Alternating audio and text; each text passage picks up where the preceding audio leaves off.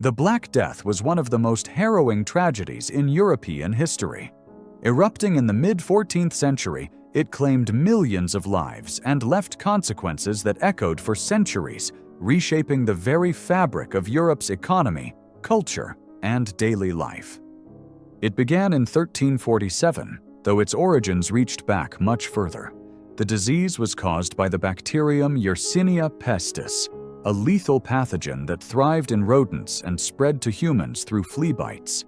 It is believed to have originated in the arid steppes of Central Asia, likely in present-day Kyrgyzstan or Western China, where it had existed in wild rodent populations for centuries. Through the movement of Mongol armies, merchants, and caravans along the Silk Road, the plague gradually advanced westward. A turning point came in 1346, during the siege of the Crimean port city of Kaffa, modern-day Feodosia, when Mongol forces, already ravaged by the disease, reportedly hurled plague-infected corpses over the city walls. Genoese merchants inside the city soon fled by sea, unknowingly carrying the deadly infection with them. By the time their ships arrived in the ports of Genoa, Venice, and Messina in 1347, the plague had taken root. From these busy Mediterranean trade hubs, it spread with terrifying speed, following overland and maritime trade routes north and west across Europe. Within months, entire towns were overwhelmed. The disease advanced faster than any society of the time could comprehend or contain. By 1351, the pandemic had engulfed nearly all of Europe. People struggled to grasp the scale of the catastrophe. Its spread was relentless and incomprehensible.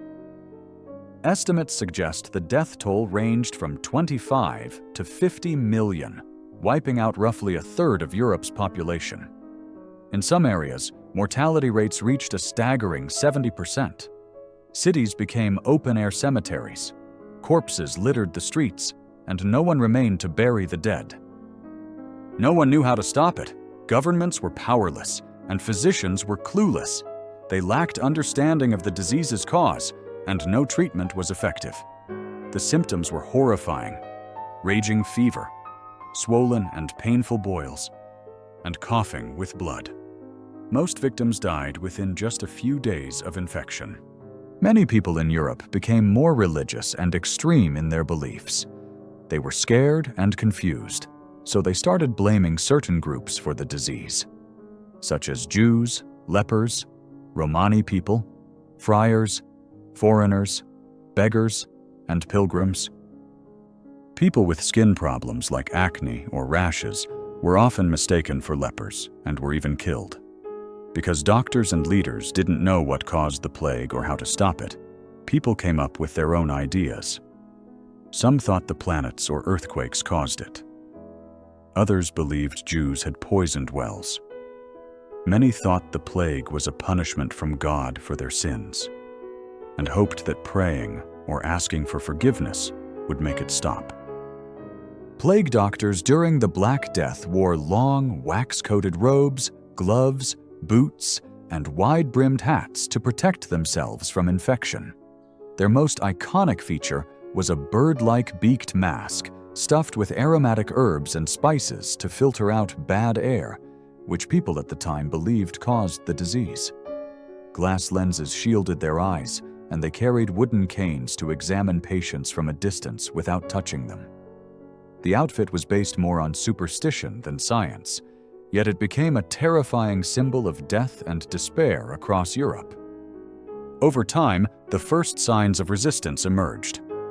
One of the most effective early responses was the introduction of quarantine.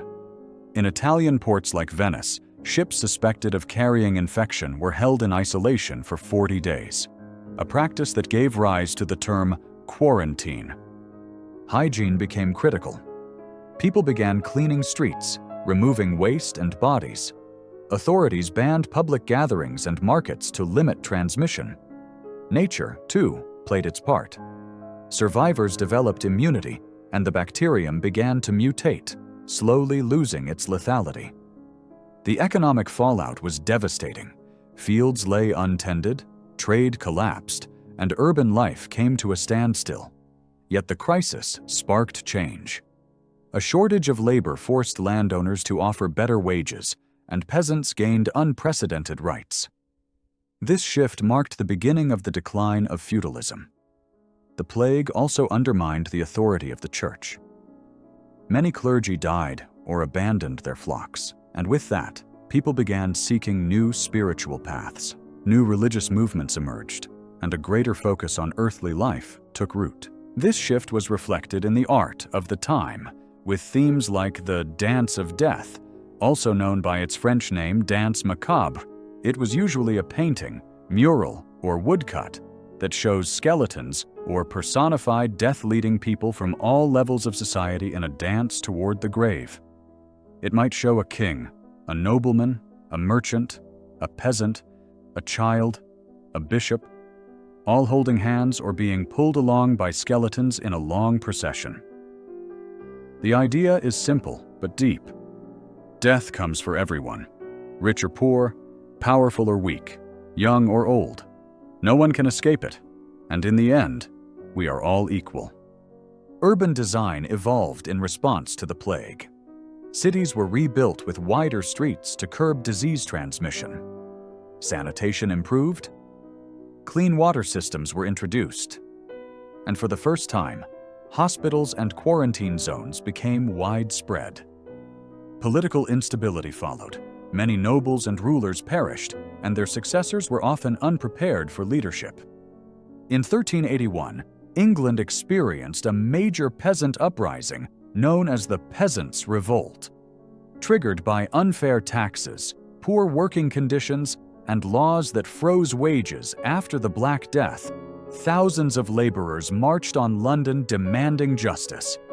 Although the revolt was eventually crushed, it marked a turning point, highlighting growing unrest and planting early seeds for social change in England. In the end, the Black Death left a permanent scar on Europe. It decimated populations and toppled old systems.